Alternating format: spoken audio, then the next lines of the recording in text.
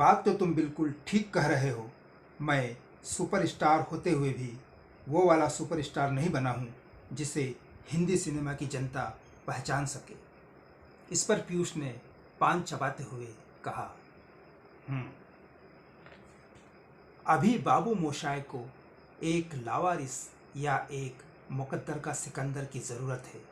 तब ही तुम्हारे भाव बढ़ेंगे और तब ही तुम्हें जनता पहचानेगी हिंदी सिनेमा की। इस पर मैंने कहा, हिंदी सिनेमा की जनता मुझे एक दिन ज़रूर पहचानेगी।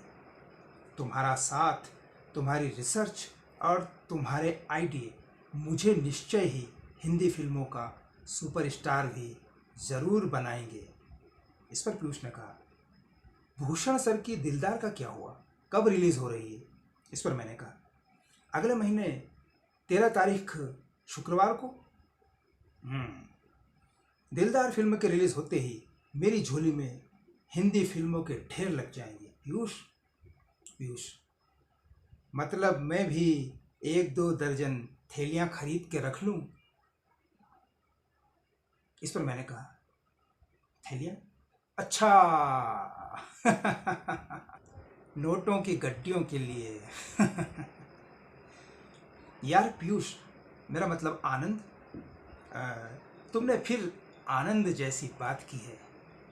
मेरा मतलब तुम्हारी ये बात सुनकर आनंद आ गया। यार, तुम्हारा ये बाबू मोशाय करोड़पति बनेगा तो क्या तुम लखपति भी नहीं बनोगे?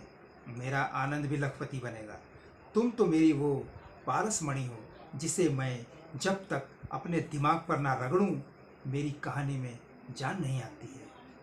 पीयूष बोला, यस, तुम्हारी नई कहानी में जान आए इसीलिए तो मैं ये बनारसी पान खा रहा हूँ। ये कहते हुए पीयूष मतलब आनंद ने एक पान और मुंह में डाल लिया।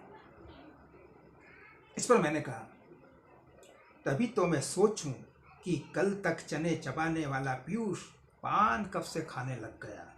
इस पर पीयूष ने कहा, देखो भाई, अपना उसूल है कि कोई भी काम करो तो ईमानदारी से करो और ज़मीन से जुड़कर करो।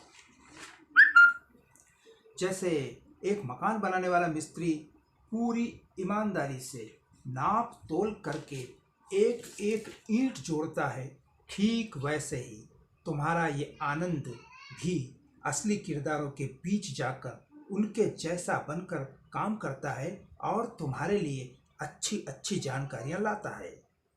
शिव जी के मेले में जाता है, शिव भक्तों के साथ भांग पीता है और मजदूरों के साथ तगारियाँ भी तोड़ता है, सब्जी भी बेचता है, कपड़े की दुकान पर काम भी करता है, गली गली जाकर लोगों के घरों में पेपर भी डालता है और कोरियर भी डालता है। असल जिंदगी से रूबरू होकर तुम्हारे लिए 100 कैरेट सोने जैसी खरी जानकारियां लाता है।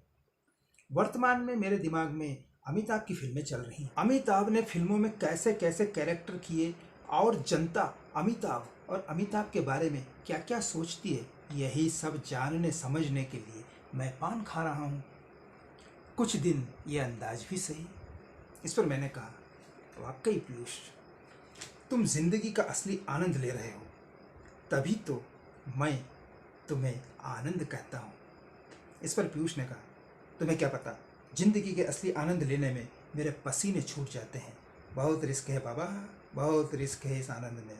बार बार नए नए काम करो, पुराने छोड़ो, नए पकड़ो, नया पकड़ो, पुराना छोड़ो, लगता है एक दिन मैं पागल हो जाऊंगा। इस पर मैंने कहा, मेरे भाई, पागल होना ही तो असली जिंदगी है, पागल होने से क्या डरना।